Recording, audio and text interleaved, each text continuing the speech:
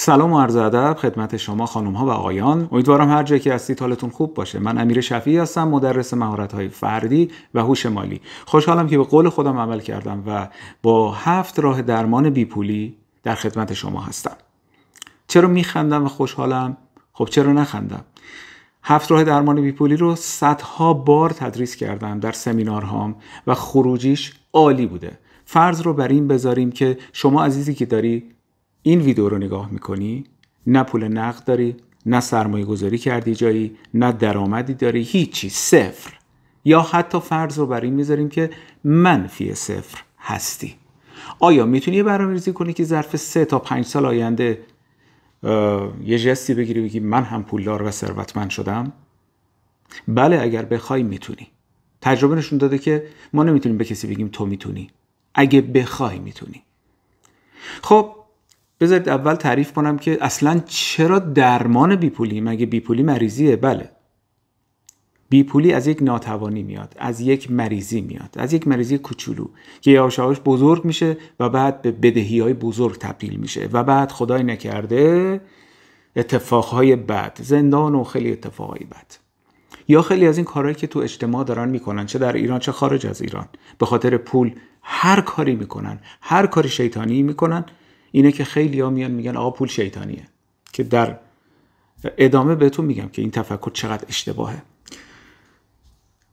5000 سال پیش ثروتمندترین مرد بابل آلکاد میاد پرده برداری میکنه از این نقیصه و بهش میگه این یک مریضیه، یعنی بیپولی مریضیه. اگر ما چند تا تکنیک رو یاد بدیم میتونیم دیگه بیپول نباشیم و پولدار هم باشیم. تا جایی میرسه که پادشاه وقت بابل وقتی نگاه میکنه همه جا رو تورم گرفته، بیکاری، مریضی گرفته و میاد به وزیر خودش میگه در شهر چه خبره؟ میگه قربان همه فقیرن، همه بیکارن، پول نیست فلان. میگه یعنی در شهر ما ثروتمندی نداریم؟ میگه چرا؟ ثروتمند داریم. میگه ثروتمندترینش که؟ میگه یه شخصی به نام آرکاد، یه شتر فروشه. پادشاه به نوعی برافروخته میشه و دستور میده، میگه که برید این شخص رو بیارید. میرن این شخص رو میارن، میگه میبینی یه پیرمردی وارد شد. میگه آرکاد تویی؟ میگه بله. ثروتمندترین مرد بابل؟ میگه بله. میگه تو چه چیزهایی بلدی که ما بلد نیستیم، مردم ما بلد نیستن؟ تو چه امتیاز بیشتری داری؟ خونت رنگین‌تره؟ میتابه بهش. و آرکاد تعظیم میکنه، میگه قربانت گردم، من تکنیک هایی رو بلدم، فنونی رو بلدم که هر شخصی اگر اونا رو رعایت کنه و پیاده سازی کنه میتونه جزو ثروتمندان این شهر بشه. پادشاه میخنده، میگه تو حاضری این تکنیک ها رو یاد بدی؟ میگه بله. میگه پس من دستور میدم جارچی جار بزنه در سراسر شهر و بگه هر کسی که دوست داره پولدار بشه روز یک شنبه بیاد به آمفی‌تئاتر قصر. خیلی جالبه که اون موقع آمفی‌تئاتر داشته. میان در سالن اجتماعات جمع میشن و آرکاد میره میبینه قصاب و بقال و بنا و نونوا و آجرپز و همه اومدن، همه با باورهای منفی. و آرکاد وارد میشه، میگه مردم من به پادشاه قول دادم که 7 راه درمان بیپولی رو در 7 هفته به شما آموزش بدم، در هر هفته 1 روز.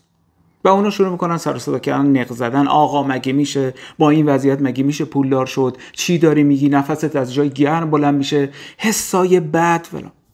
آرکاد لبخند میزنه و از سر اطمینان و ایمان میگه که کمی صبور باشید، من به شما راهکارهایی رو یاد میدم که به قول امروزی‌ها رو سر گربه بذاری بلند میشه و به هوش مالی میرسه و ثروتمند میشه. خب به همین استناد کردم تا بهت بگم مهم نیست که الان تو چه جایگاهی هستی، مهم اینه که الان میخوای به این تکنیکا و به این رموز دست پیدا کنی. من این رموز رو آکادمیک کردم، بومی سازی کردم و میخوام در 7 ویدیو تقدیم تو کنم. صبور باش. اما قول بهت میدم اگر ببینی و بنویسی بعد از دیدن حتی اولین قسمت این ویدیو، یعنی اولین راه درمان بیپولی، تو احساس میکنی یه آدم دیگه ای هستی. چقدر همه چیز داره خودش رو به تو متفاوت نشون میده، چقدر فرصت هست. یکی یکی میریم جلو. میگی نه؟ نگاه کن.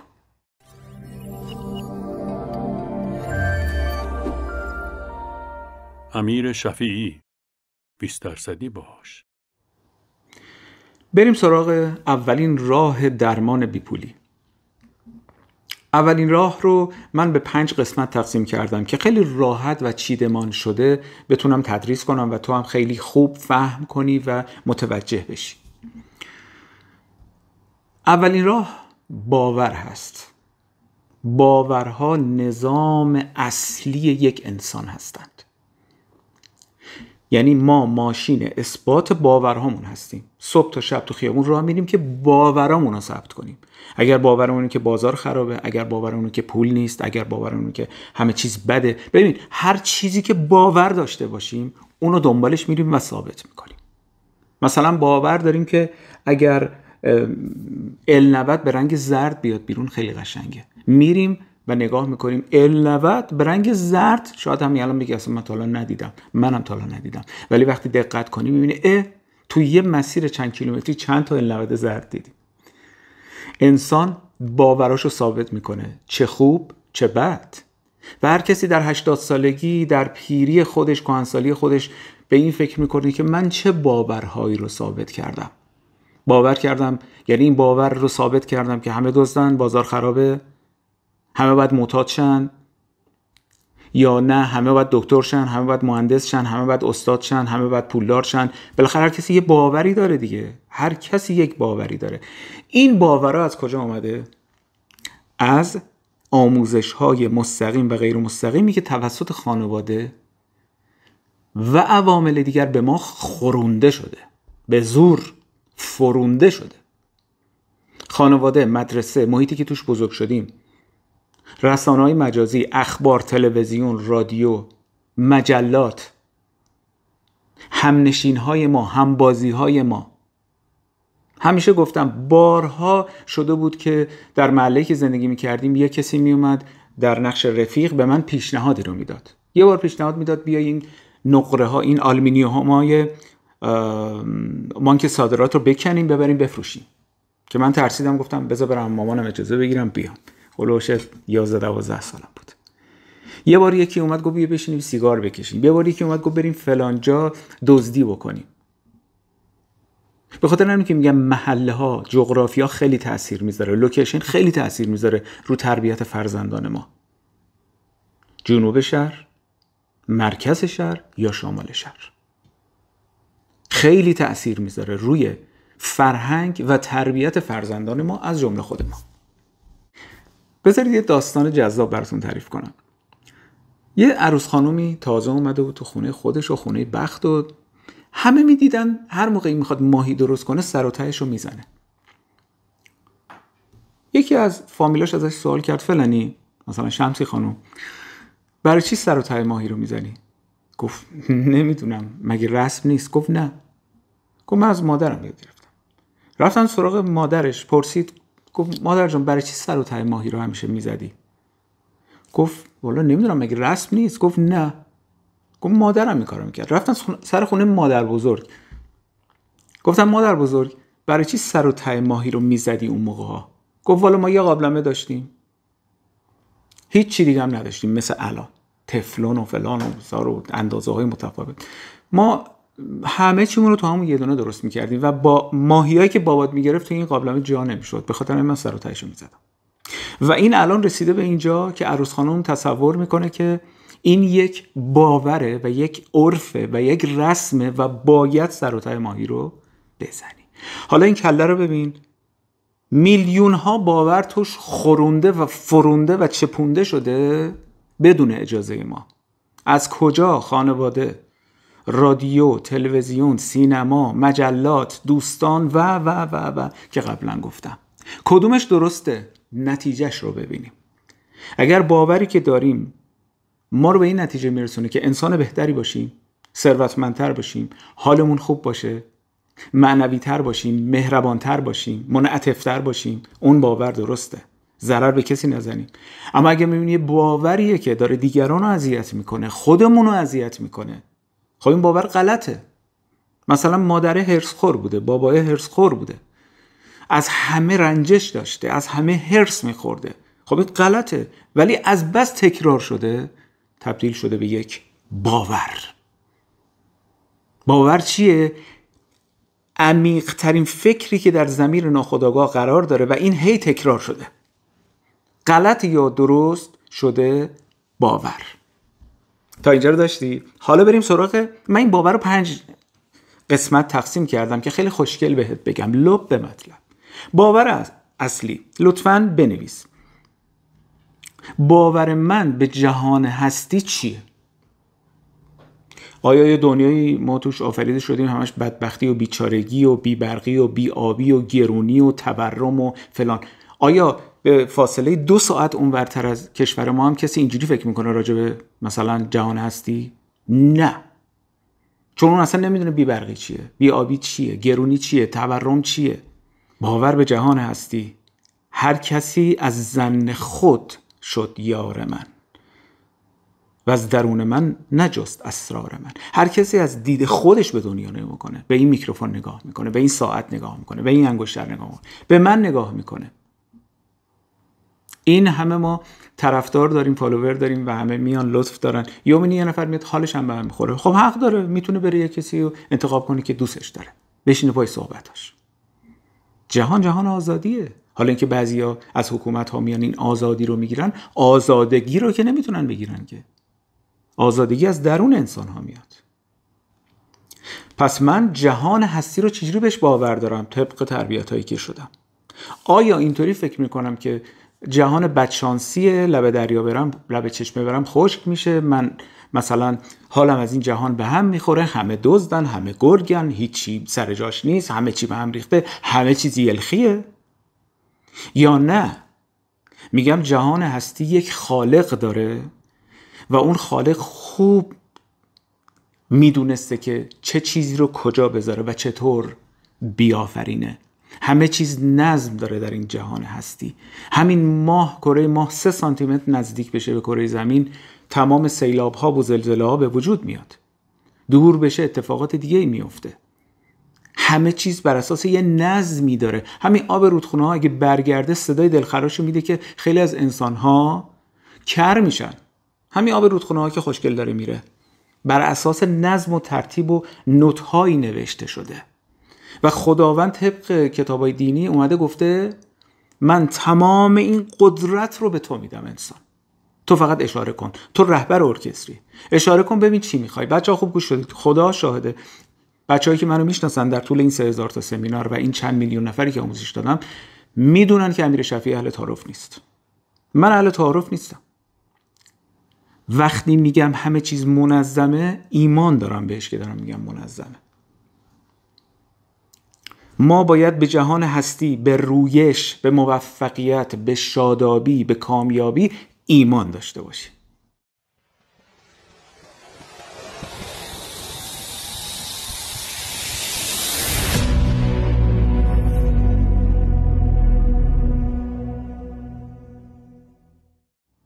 خب بریم سراغ دومین باور که باید بشناسیمش، اگر نیاز داریم اصلاحش کنیم. باور به خودمون. در طول تاریخ هر پادشاهی یا هر شخصی کوچک یا بزرگ به ما انسان‌ها ضربه زده، زمانی ضربه زده که تونسته عزت نفس ما رو خورد کنه، باورای ما رو خورد کنه و ما رو به یه نتیجه برسونه که ما هیچی نیستیم، هیچ ارزش و اعتباری هم نداریم مگر اینکه اون شخص یا اون روش رو قبول داشته باشیم. به همین روش اومده باورهای من و تو رو خراب کرده و ما نسبت به خودمون چه باورهایی داریم نمیدونم. آیا ما فکر میکنیم که لایق پولداری و ثروتمندی هستیم؟ لایق سفرهای آنچنانی داخلی و خارجی هستیم؟ لایق مدرسه سازی و درمانگاه سازی هستیم؟ لایق کارهای خیر هستیم؟ دست مردم رو بگیریم؟ لایق این هستیم که کشتی داشته باشیم و زمانی که اینجا نشستیم داریم با هم دیگه حرف میزنیم کشتیامون بره بیاد؟ لایق حال خوب و حال خوش هستیم؟ لایق این هستیم که بشینیم با خیال راحت توی بالکن خونمون یا پنت هاوس خونمون ایستکمون رو بخوریم، دلسترمون رو بخوریم، هوفنبرگمون رو بخوریم، چایمون رو بخوریم، قهوه‌مون رو بخوریم، حالا هر چی، و از اون بالا چراغای شهر رو نگاه کنیم و لذت ببریم؟ لایق اون هستیم که بچه هامون و فک و فامیلمون رو ببریم بریزیم تو باغمون، بگید هر چقدر دلتون میخواد گیلاس بخورید، انار بخورید، انگور بخورید، عشق کنید، جعبه جعبه هم جمع کنید ببرید؟ آیا ما چی داریم در مورد خودمون میبینیم و لایق میبینیم؟ جهان لیاقت هاست، نه جهان خواستن ها. من در چه مداری هستم که میگم آقا اونی که در مدار مثلا 10 سرویسی که داری به اون میدی رو به من بده. زن مردم رو میبینه میگه چرا این مال من نیست. مرد مردم رو میبینه میگه چرا این مال من نیست. ماشین مردم رو میبینه میگه چرا این مال من نیست. که من در ادامه به توضیح میدم این همه اینا به مدار برمیگرده. زندگی و موفقیت قانون لیاقت هاست، قانون شایستگی هاست، قانون خواستن ها نیست. بشین هر چقدر دلت میخواد، مثل اینا که متوهم هستن، بشین قانون جذب، تخت تو کج کن الان همه چی هر چی بخوای خدا بهت میده. اصلا همچین چیزی نیست. اینکه تو در مسیر باشی خیلی خوبه، اما اومدی و در مسیر بودی، یه کسی اومد تو رو انتخاب کرد گفت بیا آقا بریم مثلا مجری شو فلان، چون وقتی تو آماده نیستی. پس باور من نسبت به خودم چیه؟ چقدر خودم رو قبول دارم؟ چقدر آماده هستم؟ چقدر شایسته هستم؟ چقدر خودم رو شایسته میدونم؟ آقا من شایسته پول داریم. آقا من شایسته زندگی خوبم. دیدید قدیمی ها میگفتن وای زیاد خندیدیم الان یه بلایی سرمون میاد. بعد یه بلایی سرشون میاد چون باورشو داشتن. بعد گفتن دیدی گفتیم بچه مثلا بلقیس خانم مرد. چرا؟ چون ما دیشب زیادی خندیدیم. از روی کف صابون راه نرو، یکیمون میمیره. تو فلان شب تخمه نخور چون یکی فلان میشه بیسار میشه. اینا لبریز از باورهای منفی، بازدارنده، کپک زده، زنگار گرفته. اینا رو باید بشناسیم درون خودمون. نتیجه چی رو بشناسیم؟ آقا نتیجهش چیه؟ اگه من فکر کنم آدم خوبیم، امیدوارم، من لایق پولداری و ثروتمندی و کارآفرینی و فروش بالا و درآمد بالا هستم، من لایق بهترین عاطفه ها از جانب همسرم و فرزندانم و دیگران و جامعه و جهان هستی هستم، خب این حالمو بهتر میکنه، مهربونتر میشم با مردم. اما اگه برعکسش نه یه سری گرگ ریختن تو خیابون، همه میخوان کلاه سرت بذارن، همه فلان، هی میگم و اینا میشه یک باور. و هیچ وقت پول خونه کسی که باوراش اینه نمیره بچه‌ها. اگرم بره پول تمیز و سالم و خوشمزه‌ای نمیره، یا به یه درد میفته یا برای یه درد خرج میشه یا زود ترکش میکنه. ما اگه میگیم پول ثروتمندان رو میگیم، یعنی آدمی که در همه بعدها ثروتمنده. حالا گفتم قبلا فن بیان، فن مذاکره، خلاقیت، دوست داشتن خود، معنویت، شکرگزاری، امنیت مالی و غیره. در همه اینا به یه ایدئال رسیده، میگن آقا ما ثروتمنده یا ما ثروتمندیم. اما پولدار که فقط پول داره، حالا یا تورم زده بهش، زده تو کمرش، یا از خانواده بهش ارث رسیده یا فلان. اما کسی که میاد ثروتمند میشه سیستمی میاد ثروتمند میشه. به طور مثال مثل همکاران من میاد ویدیو تولید میکنه میذاره تو یوتیوب، درآمد دلاری میگیره، یا هزاران سایت دیگه. یا در ایران میاد کارخونه میزنه، لیوان درست میکنه، نمیدونم دستمال کاغذی تولید میکنه، ظروف یه بار مصرف تولید میکنه، خط تولید را میندازه با یه دستگاه کوچولو 800-900 میلیون تومانی. ببین بچه‌ها، هیچ کدوم از این باورها محقق نمیشه اگر این باور دوم خراب باشه. یعنی چی؟ یعنی من باورم نسبت به خودم باور بدی باشه. اگه کسی معتاد شده، اگه کسی تو زندان افتاده، اگر کسی باجگیر شده، اگر کسی به راههای بد کشیده شده، اگر کسی رو تونستن ذلیلش کنن، سرش کلاه بذارن، فقط به خاطر اینه که باورش نسبت به خودش باور ضعیف یا غلطیه. من در این رابطه در قسمت آخر رادیو حال خوب میخوام راجعش صحبت کنم، راجع به دغدغه‌های یک انسانی که معنای زندگی داره. خیلی قشنگه، گوش بدید. خب البته اینجا بگم تو قسمت دیسکریپشن یک لینکی هست که لینک هوش مصنوعی ما هست، یعنی پشتیبانی آکادمی امیر شفیعی به صورت هوش مصنوعی 24 ساعته پاسخگوی شماست. همونجا اگر بزنید رادیو، لینک رادیو براتون میاد، میتونید به رادیو حال خوب رو با صدای من گوش کنید. خب بریم سراغ باور سوم.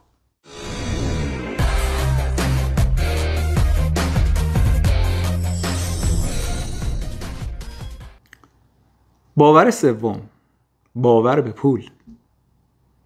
وقتی اسمش میاد به چه حسی میافتی؟ بیرو درواسی دیگه. بگو الان. مثلا اگه داری با خانومت این ویدیو رو میبینی یا حتی تنهایی پاوز کن، بگو من راجع به پول این باور رو دارم. آیا پول در باور ما یعنی چرکی کف دست؟ یعنی یه عامل شیطانی؟ یعنی اینکه هر کسی به دست آورده فاسد شده؟ یعنی هر کسی به دست آورده راه غیر خدا رو رفته؟ ببین متاسفانه چون 90% مردم ما این باور رو دارن و من خیلی سمینار در این رابطه گذاشتم، من باید در ویدیوهای مختلف راجع به این مسئله توضیح بدم. اما الان به اندازه خودمون یه توضیح کوچولو میدم، حالا انشالله که مکفی باشه و به قول اون وزیر چیز بود توی جیران میگفت کفایت مذاکرات، کافی باشه و حق مطلب ادا بشه. نگاهمون به پول چیه؟ اگر کثیف و شیطانیه و فسادانگیزه، پس چرا صبح تا شب داریم دنبالش میدویم؟ رابرت کیوساکی میگه تعجب میکنم از بیشتر انسان ها که میگن پول کثیف و شیطانیه و غیر خدا و اینجور حرفا، ولی حاضرن همه عمرشون رو صبح تا شب دنبال به دست آوردنش باشن از هر راهی که شده. خب اگر کثیفه، اگر شیطانیه، پس برای چی میخوای به دست بیاری؟ برو تو بیابون، اینقدر به خدا بگو خدای روزی بده، داد نداد دیگه. پس برای چی داری کسب و کار میکنی؟ اما اگر نگاهمون مثبته که باید باشه، پول انسان سازه، پول زندگی بخشه، پول شادی آوره، پول یعنی اعتماد به نفس، یعنی عشق، یعنی خدا، یعنی دین، پول یعنی کرامت انسانی، پول یعنی نفس، پول یعنی همه چیز. حالا ذهنت داره چی بهت میگه؟ آخه ذهنت داره صحبت میکنه از باورایی که قبلا بهت خوروندن. مثل من که تا 33 سالگی فکر میکردم پول چکی کف دسته و اون وضع زندگی بود. اگه میخوای وضع زندگیت عوض شه، اگر میخواهی بی پولی رو درمان کنی، این باورا رو باید بشناسی، به ویژه باور پول. اسمش میاد باید نفس تازه بشه، حالت باید خوب بشه، چهرت باید باز بشه. وای، سرمایه گذاری، کشتی کروز، محبت اطرافیان. چون تو پولدارتر باشی، اطرافیان به ویژه اعضای خانواده‌ات، خانومت و بچه‌هات خیلی بیشتر دوست دارن، اصلا شک نکن. وای سرویس طلا، وای امکانات خیلی خوب برای بچه‌هام، وای ماشینای خوب، وای بنز اسپونسر، وای بنز میباخ 5 میلیارد تومانه، وای بی ام و 730 آی، وای چی باید بگم من؟ یه آهنگ فقط در رابطه با همین باید بسازیم، بی ام و 730 آی، وای. وقتی انسان ذهن چرک باشه و پر از عفونت و پر از باورهای منفی، در نهایت میگه جون بکنم میتونم یه دونه پراید بخرم قسطی 500 میلیون 10 سالم قسطشو بدم. ببین چون جهان هستی رو نشناخته، خودش رو لایق نمیدونه، نظر خوبی هم به پول نداره. ببین تا همینجا برات گفتم، حستو باید نسبت به پول عوض کنی. این امر یک امر الهی و علمیه. یعنی تو نه میتونی از لحاظ علمی اینو زیر سوال ببری، نه از لحاظ معنوی و دینی میتونی زیر سوال ببری، اصلا به هیچ عنوان. در هیچ یکی از کتب آسمانی ما نداریم اصلا که بیاد بگه که هر کسی که پول داره از خدا دوره. برعکس، ما نمیتونیم از هیچ طریقی، چه الهی، چه معنوی، چه علمی، پول رو زیر سوال ببریم و ثابت کنیم که هر کسی که پول داره ضد خداست و دور از خداست. اصلا هم چیزی نیست. برعکسش خیلی ثابت کردنش راحت تره. و میرسیم به اون جمله طلایی که از اساتید بزرگ که گفت پول نماد خداست در زندگی بشر. اگه میخوای خدا رو بشناسی باید پولدار شی. بازم میگم پول یعنی عشق، یعنی معرفت، یعنی پاکی، یعنی خلاقیت. یعنی بزرگواری، یعنی کار خیر، یعنی مدرسه ساختن، کار خیر کردن، هواپیما داشتن، کشتی کروز داشتن. پول یعنی آقایی، یعنی خانومی. پول یعنی لذت دنیا و آخرت.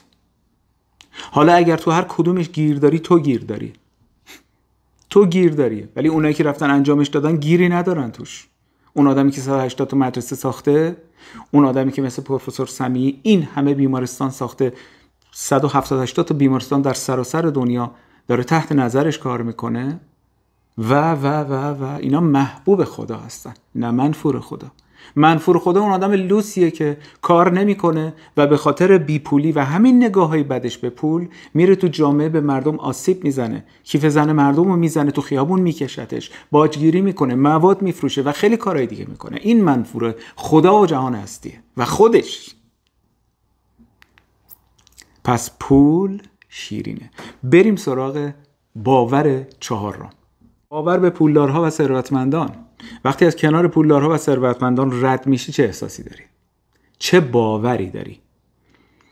تا اینجا چطور بوده؟ خوب بوده؟ اگر خوب بوده سابسکرایب کن، برای دوستات بفرست که ما رو از دست ندی.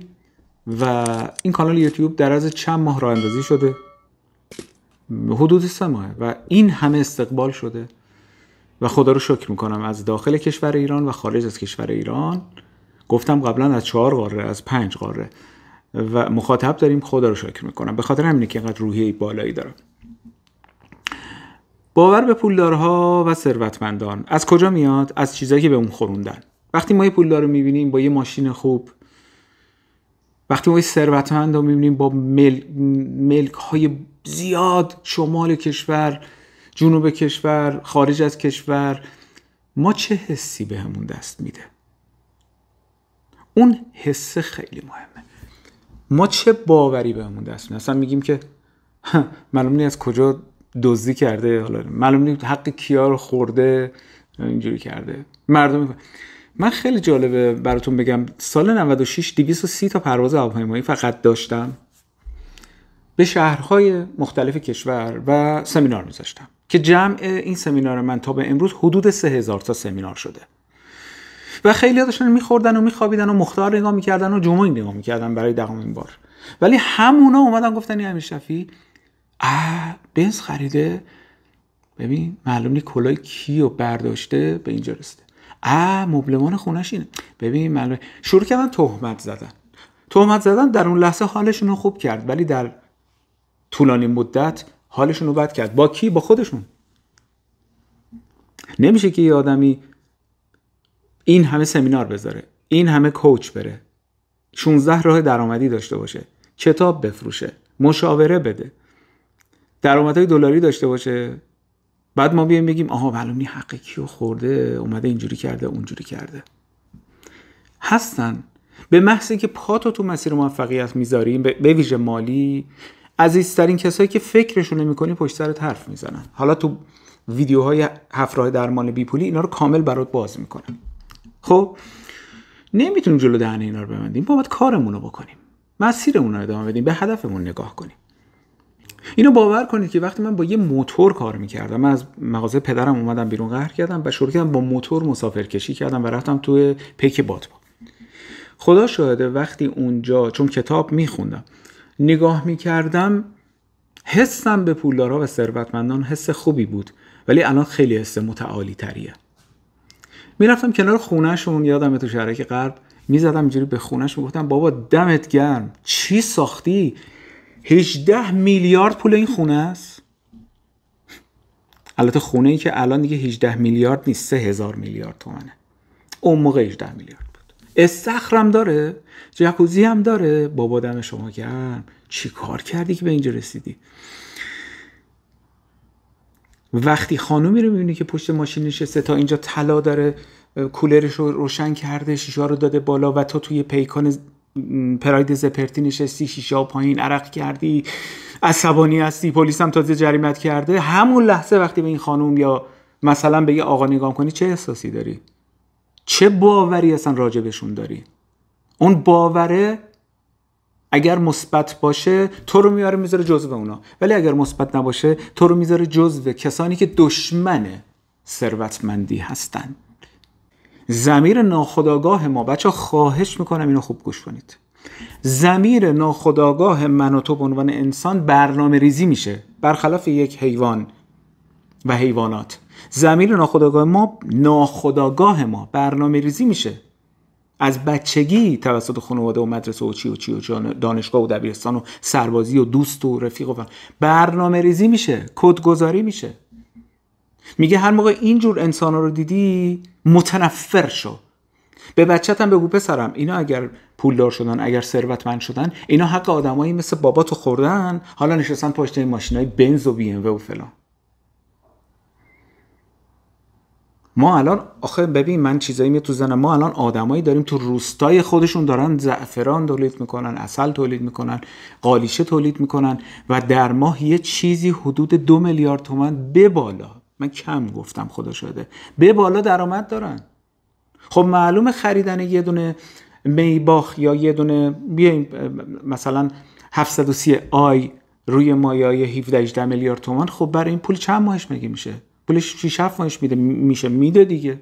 بعد این دزده، بعد اونی که میشینه پای جومونگ و مختار و نمیدونم تخمه میخوره توف میکنه و تنبله و اهمالکاره و از همه زمین و زمان توقع داره و رو ارث باباش که هنوز زنده است حساب میکنه، اون مرده، اون با شرفه پول حلال میخوره، بعد این با عقل در نمیاد. بچه ها اینا باید تو ذهنمون درست بشه. اگر این گره ها تو ذهنمون باز بشه، وای باورت نمیشه، از زمین و زمان، از آسمان پول و طلا و فراوانی برات میباره. پول و طلا و فراوانی برات میباره. اینا باید درست بشه. ایناست که کانال ها رو بسته، باید بازش کنی. باور ما به پول، پولدارها و پول.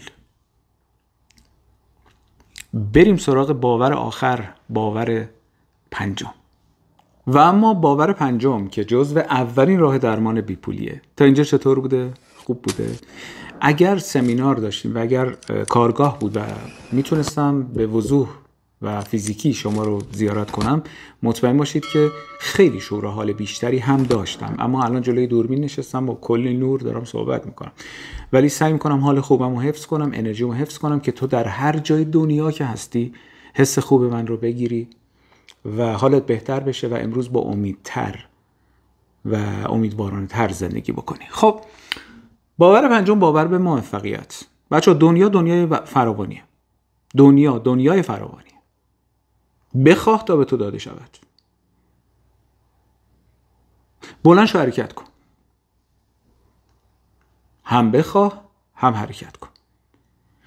چارلی چاپلین میگه تعجب میکنم از آدمایی که به هم دیگه حسودی میکنن. دنیا خیلی بزرگه و موفقیت خیلی وسیعه و جا برای همه هست. پول برای همه هست، شهرت برای همه هست. چرا از اینکه یک کسی به شهرت میرسه و دیده میشه ناراحت میشیم؟ چرا از اینکه یک کسی به پول میرسه ناراحت میشیم؟ چرا از اینکه یک کسی موفق میشه تو فک و فامیل موفق میشیم؟ این نقطه خیلی بدیه که اگر توی فامیل یه آقایی موفق بشه بهش میگن دزدی کرده، اگه یه خانم موفق بشه خدایی نکرده پشتش حرفای خیلی بدی میزنن. این کار خب بله، منم اگر میرفتم اون کارو میکردم. بعد چطور ما میتونیم اسم خودمون رو انسان بذاریم وقتی با آبروی یه نفر اینجوری بازی میکنیم؟ خب اینا خیلی زشته. برمیگرده به باور قبلی که راجعش صحبت کردم. باور به موفقیت. باور کنیم که موفقیت وجود داره. جهان فراوانیه. یوتیوب بی انتهاست. تو هم یه دوربین بذار جلو، شروع کن صحبت کردن، طرفدارانی پیدا میکنی، مطمئن باش. اینستاگرام یه دوربین بذار جلو، صحبت کن، طرفدارانی پیدا میکنی. و یه روزی شاید تو یه ویدیویی که حتما من میام بهت میگم چه کسانی در یوتیوب یا در اینستاگرام، چه خانمای خانه‌داری با یه کار خیلی عادی تونستن درآمدهای نجومی چند میلیارد تومان در ماه برای خودشون بسازن. باید بدونی که دنیای فراوانی جا بر تو هم هست. اصلا نگران نباش. نتیجه چی رو بگم، بیپولی یک مریضیه که اگر جلوشو نگیریم به عفونت میرسه. یه دندون درد کوچولو یا یک نقطه کوچولو. یادم یه روز رفتم دکتر، گفتم یه نقطه کوچولو دندونمه، چند سال پیش. گفت درد میکنه؟ گفتم نه. ببین دکتر چقدر احمق بود. گفت درد میکنه؟ گفتم درد نه. گفت چیکارش داری؟ خدا شاهد بچه‌ها 3 سال دیگه این دندون خراب شد، به عفونت رسید، پدری از من در آورد. بعد من رفتم شمال با دوستان بگردم تا صبح فقط زار میزدم. چرا؟ بی پولی هم همینه. از یک طلب، از یک وام بیجا، از یک کار اشتباه شروع میشه، بعد هی تو میای جبرانش کنی. یه روزی چشم باز میکنی میبینی 100 میلیون بدهکار بودی ولی الان 10 میلیارد تومان بدهکاری. نتیجه چیه؟ نتیجه همون 100 میلیون است. بنابراین تو باید یاد بگیری و یاد میگیری. اگر پای کار باشی و بیننده وفادار من باشی، بمونی، پاتوقی بهش میگن، آره پاتوقی من باشی، اینا رو همه رو بهت آموزش میدم. حالا یکی از ویدیوهای منو میبینه و میگه آقای شفیعی من دوست دارم با خود شما مشاوره کنم راجع به مسئله شخصی توی زندگی، مسئله مالی، فقط مسئله مالی. مثلا درآمدم کمه، یا درآمد ندارم، یا شغل دوم میخوام ایجاد کنم، یا این شغل رو دارم ولی درآمدم کمه، چجوری زیادش کنم و. اگر این چنین هست شما باید لطف کنید کلمه مشاوره رو همینجا بفرستید توی کامنت ها. بنویسید مشاوره یا بنویسید مشاوره مالی. پشتیبانان ما این شماره ها رو پیدا کنن، یکی یکی بهتون جواب میدن. درست گفتم دیگه؟ بله. براتون شماره میذاریم. براتون شماره میذارن، راحت برید و مشاورتون رو بگیرید. اگرم در پیج اینستاگرام منم هستید کلمه مشاوره رو بفرستید، اونجا به طور خودکار شما وصل میشید، قشنگ ثبت نامتون رو میکنید و به اندازه 20 دقیقه من در خدمت شما هستم، راهکارا رو میگیرم و ساپورتتون میکنم تا اون کاری که میخواید انجام بدید رو انجام بدید در هر جایی که هستید، ایران یا کشورهای دیگه.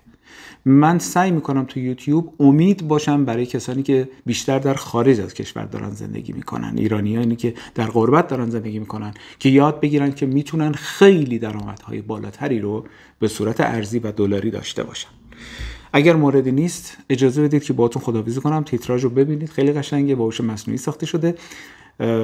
تا چند روز آینده 7 راه درمان بیپولی قسمت دوم رو براتون بارگذاری میکنیم. شاد باشید و مانا و ثروتمند. امیر شفیعی اومده تا برای تو پیام آور امید باشه.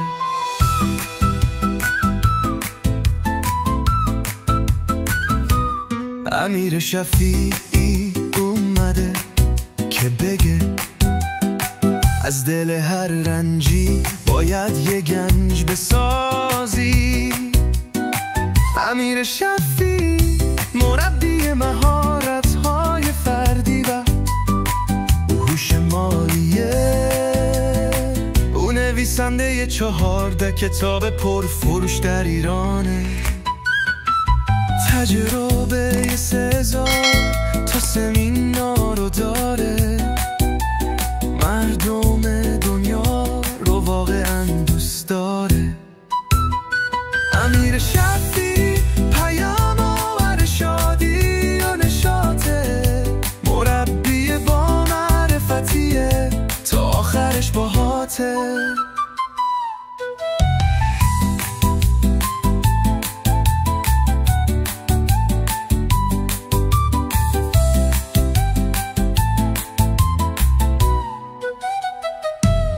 امیر شفیعی به گنج زندگیت برس.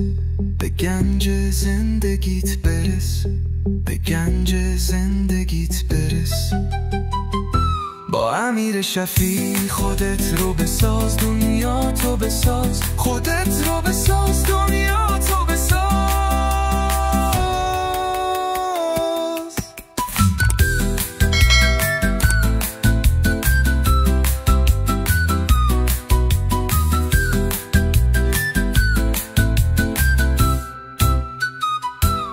امیر شفیعی خودت رو بساز، دنیا تو بساز. خودت رو بساز. بساز.